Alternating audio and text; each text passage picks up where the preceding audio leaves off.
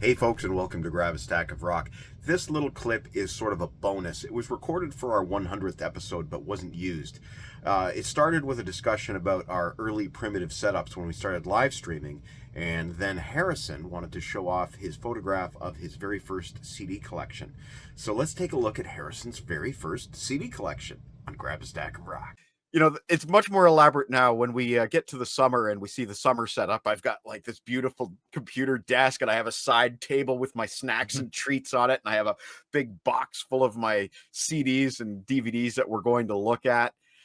Speaking of which, you wanted to show a picture of your earliest CD collection as well. Yeah, this is the earliest known photo I have of my CD collection, and I'd periodically take pictures of them. Back in the day, I'd update my Facebook cover photo every time I got a new CD, but that became very tiresome because I started very rapidly acquiring new CDs. So I stopped that. But this is the earliest one I had there, and I'll just go left to right, basically tell a little bit of a story about each. So as you can see, that's the Mob Rules Deluxe Edition with the Live at the Hammersmith 1981 repackaged in there. Real good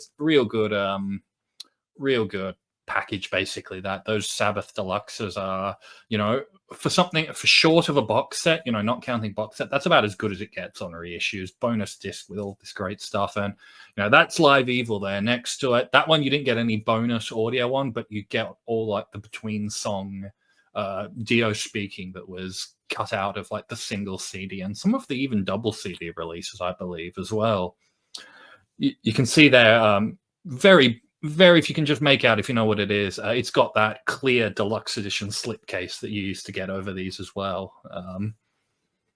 Then Black Sabbath Reunion. This is actually one of the oldest ones here because this was actually one of my brother's CDs he got for Christmas one day, and then I eventually ended up getting custody of it at some point later because I went down the road of like physical media enthusiast, and he's got it taking a different path, so I ended up ownership of that Sabbath album.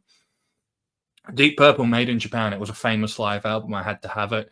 Truthfully, I actually wanted the jewel case edition, which had just the 3 encores all on the one disc for a simple one disc listening experience, but I couldn't get that, so I got this one, which is the 2 CD, and it's got all 6 encores they played on a bonus disc, which is cool because they're all great versions. But it does mean that if you are listening to just that disc, it's just like Black Knight, Speed King, Black Knight, Lucille, or whatever it was, and Black Knight, Speed King again.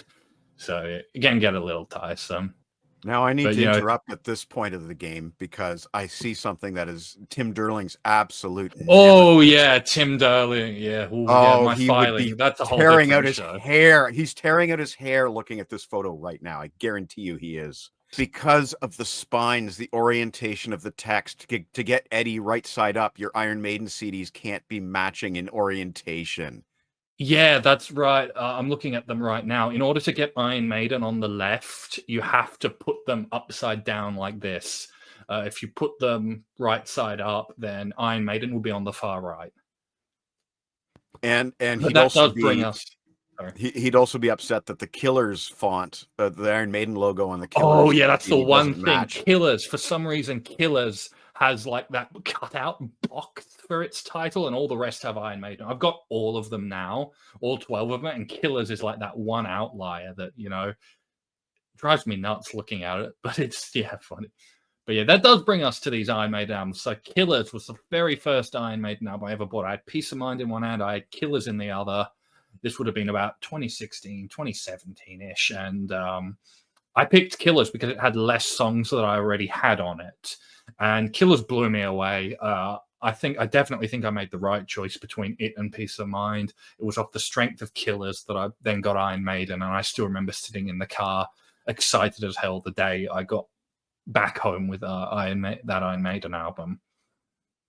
Now we move on to Number of the Beast. This is actually one of the few, or back in the day, it was one of the few times I made an impulse purchase. Now that I have more money, I do that a bit more. But I was actually buying Ozzy Osbourne's tribute online, and you'll see that at the very end there.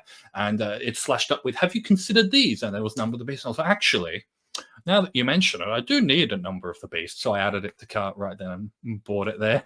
So that does bring us now to Live After Death. No Peace of Mind yet. It took me a little while to get that one.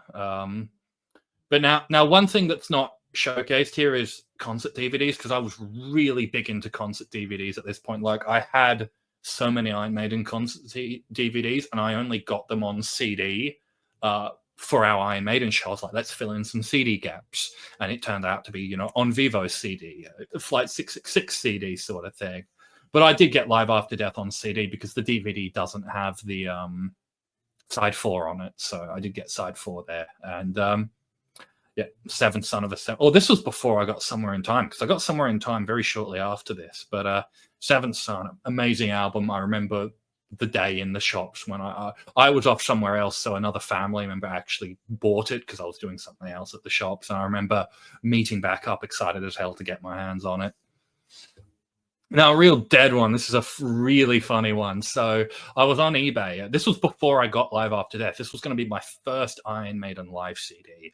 And I'm looking on eBay, and for some reason, I was like, a real dead one is the one that I want for my first live Iron Maiden CD. And so I had the option of, do I buy a real dead one, or do I buy a real live dead one, which has a real live one and a real dead one packaged together? And for some reason, I bought a real dead one. So, you know, a real dead one came in the mail. And then a bit later, when I was like, well, I want a real live one, and I was looking, I could buy a real live dead one and get them both again. Or I could buy a real live one on its own. And I ended up buying a real live one, because if I bought a real live dead one, I would have absolutely no reason to buy a real live one, and then I wouldn't have the set complete in individual CDs, and that would have just driven me bonkers. So I have a real live one, a real dead one, and a real live dead one all on my shelf right now, which is way too much of those albums. But anyway, to the X Factor. I remember painting some fences to earn the $12 needed to buy this. I went into it with low expectations. It blew me away, and it was off the strength of that I then bought Virtual 11. And the day that it got bought, I had a school excursion to a university. I remember sitting in the lecture hall checking my phone because my mother had gone out to buy the album for me, and I was, you know, checking my phone because I wanted to see if she got it yet, and, you know, loved Virtual 11. A funny story about Virtual 11 as we get to the next one, Beast Over Hammersmith, the first sort of real Iron Maiden rarity I got. I was listening to Virtual 11 when Hammersmith arrived in the mail. So what I did was I paused Virtual 11. I was on the educated fool. I paused it so that I wouldn't miss any of it while I went out to get the mail. I got Beast Over Hammersmith, and then I finished listening to Virtual 11 before I put Beast Over Hammersmith on, which, you know, tells you all you need to know about my Iron Maiden taste. You know, I love Beast Over Hammersmith, but I also love Virtual 11. Now, Iron Maiden made in Japan. This is the bootleg that I've showed off a few times. This was the first bootleg I bought. At the time, it was the most expensive CD I'd ever bought, at $60, including shipping. These days, it wouldn't even scratch the top 10. But so this is I've changed my filing system since I filed Made in Japan here, because 2002, I think, or 2005, I can't remember the exact year that this bootleg came out, is where I filed it. But then a bit later on, I started changing it that no, I'm going to file bootlegs in where the show occurred. So this would be filed in like 1982 or 81 for me now. On to Somewhere Back in Time. This is one that my father bought that I got possession of as well at some point, because we had Best of the Beast 2 CD, but we only had the first CD, which was Virus through to Somewhere in Time. So we didn't have any of the classic, you know, Power Slate, Live After Death through Iron Maiden. So we bought this to make up for that deficit and fill it in. Now, From Fear to Eternity, Another Hits Collection, one of the earliest Iron Maiden CDs I bought, covers basically the hits of their 90s and 2000s. It was a great place to get a bunch of great songs from that era in one place. I have since, you know, accumulated all the albums, but it does have that cool rarity live version of Man on the Edge from the Ed Hunter tour. The Book of Souls. This I remember getting for Christmas 2016. It was the first sort of like new album I'd ever bought from a band. It's still my favorite Iron Maiden album of all time, and it holds a special place in my heart.